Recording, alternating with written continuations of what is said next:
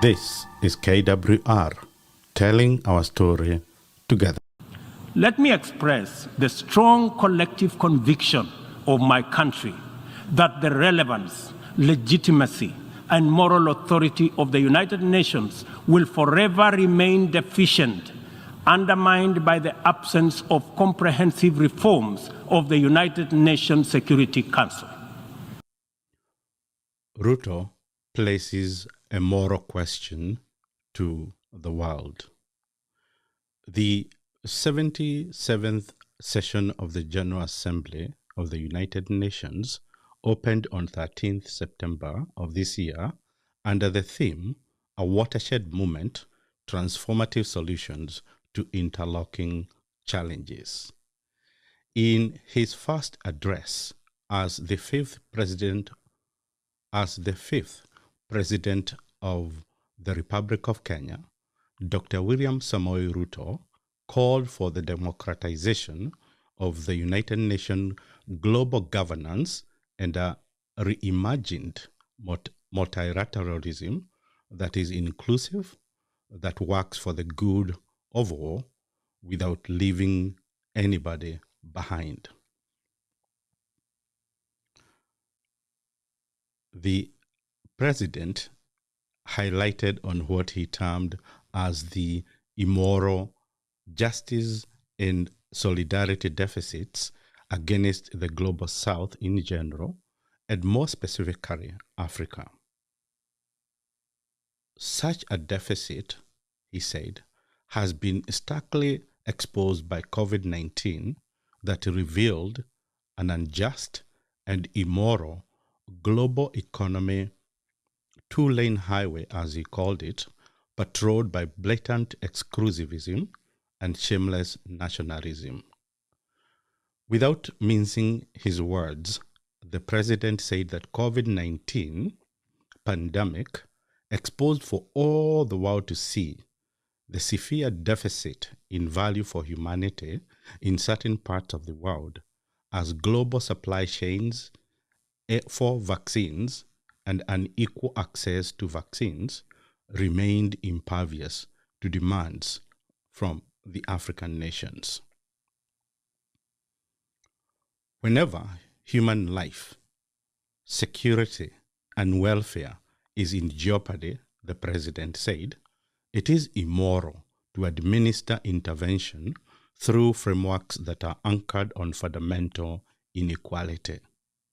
So he wondered why it is that when exposed to genocides and pandemics, Africa has almost always consistently been left behind by the global community.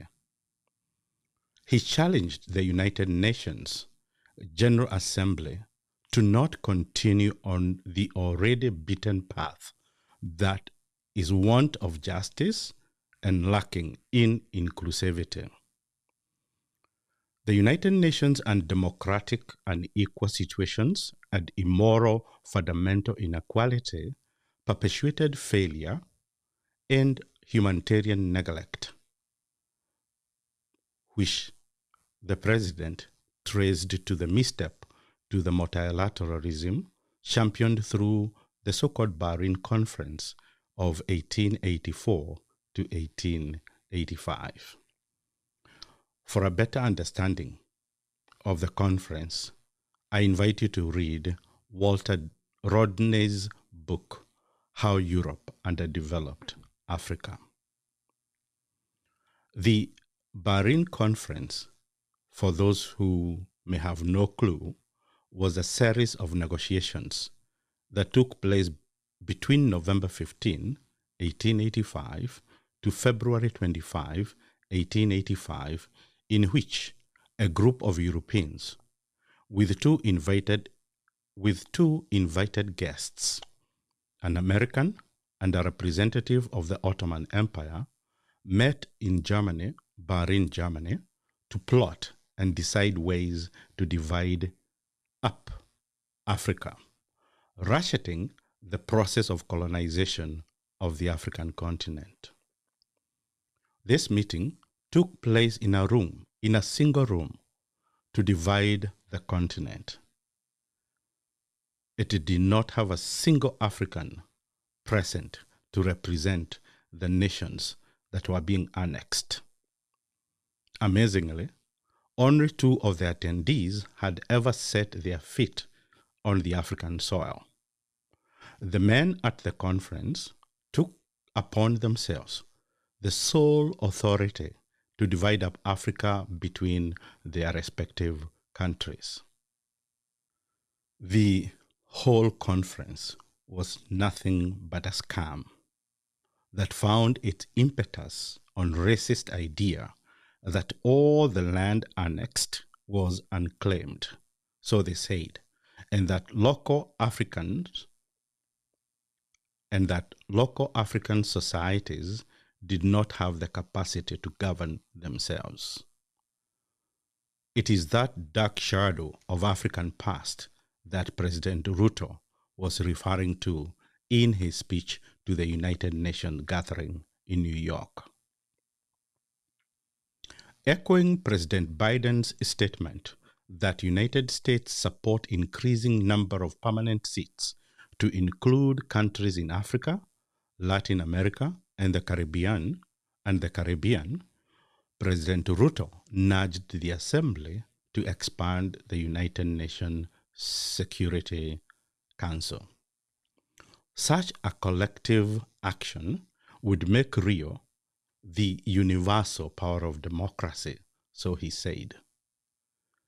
He casted his recent election as the President of the Republic of Kenya as a true embodiment of what he termed as the manifestability of African peoples to invest in stronger nations, secure future, robust institutions, effective constitutions, and rule of law. However, it should not be lost to the world that human well-being is threatened by climate change, poverty, conflicts, food insecurity, rising cost of living, and pandemics. As such, the president urged democratization of the United Nations, and that such a democratization would hasten the transformative solutions to interlocking challenges of our times.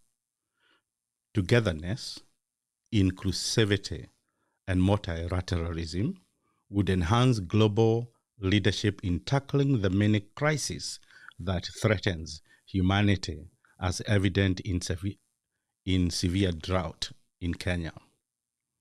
The president said that this kind of drought has not been experienced in the last 40 years, and over 3 million Kenyans stand exposed to starvation due to poor crop and pasture, as well as water scarcity. As already mentioned, the theme of the gathering, a watershed movement, transformative solutions to interlocking challenges, speaks to his 3-pronged approach to prosperity that leaves nobody behind. And therefore, he saw the need to build back better from the bottom upwards. Ruto challenged the gathering to mainstream the hustlers by including the marginalized working majority in the economic mainstream, where bottom millions battle daily for survival in a crowded arena, he said. The hustlers, he said, take nothing for granted. And, in the words of Abraham Lincoln, things may come to those who wait, but only things left behind by those who hustle. The urgency of the moment, according to the president, demands a reversal of an immoral, unjust, and democratic system that requires political goodwill and effective cooperation. Ruto believes high priority actions should then, first, target agricultural sector that has a bearing to solutions through modernization of agricultural technology, effective land management, and extension services that would educate and assist farmers in farming more sustainably. In a week that we all remember and continue to celebrate our heroine, Wangari Maathai, President Ruto's speech makes relevant issues of colonization and how colonialism continue to impact our continent to date. However, like all African leaders who spoke in the General Assembly, what President Ruto failed to acknowledge, at least in my opinion, was the many failures of the African regimes. For example, it is not lost to anybody who reads African history that it is the African governments, not the United Nations, that for years have underfunded and neglected the agricultural extension services in rural areas. Most African governments and state officers since independence from colonial rulers have exploited farmers. They have taken advantage of the rural folks' poverty, powerlessness, and illiteracy. So greater international partnership and common framework that the president suggested will be transformative only when each of us, including each president and African leaders, admit a share of the guilt. I agree. More priority must be given to investing in the African farmers, with ultimate goal of ending hunger and poverty, creating more jobs, and spurring economic growth. The question is to you, since he, President Ruto, is now in charge, will he deliver? Or will his great speech to the United Nations go down history as hot air? Well, we cannot second guess him. The man who has defeated all odds to become the 5th President of the Republic. Only time will tell. He has time on his side. Let us all trust that he will use that time well. Ni hayo tu. Kwa taarifa na maarifa na kasisi. Asante. I want to leave you with some highlights of the president's speech. Thank you. I express my approval of the theme for this session, a watershed moment, transformative solutions to interlocking challenges.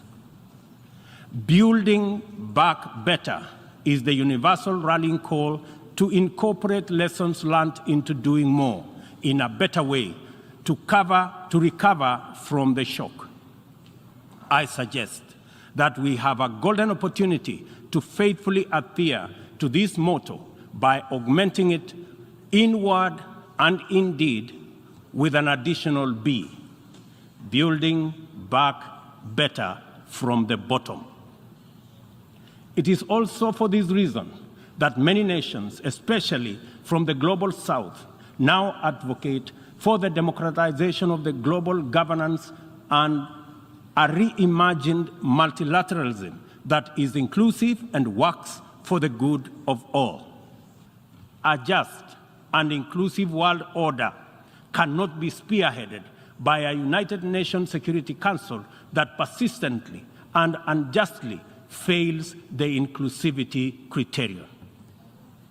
The fact of the matter is that the COVID-19 pandemic exposed for all the world to see the severe deficit of these critical values in our present multilateral configuration. Global supply chains remained impervious to demands in the global south generally and Africa in particular. Unequal access to vaccines, underscored this unjust and unequal situation with unforgettable clarity.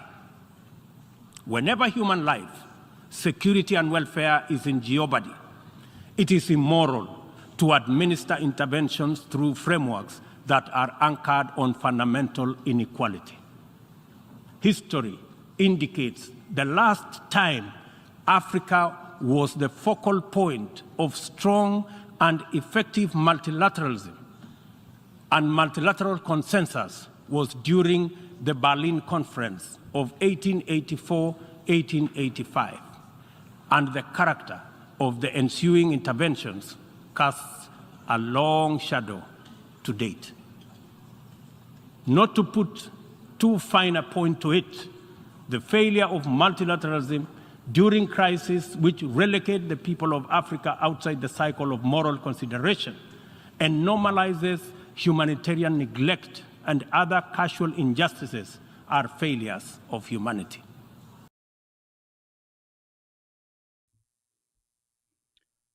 Thank you. Don't forget to subscribe to my YouTube channel, to like this message, and to share widely. And may the Lord bless you. Bye-bye for now. Shalom.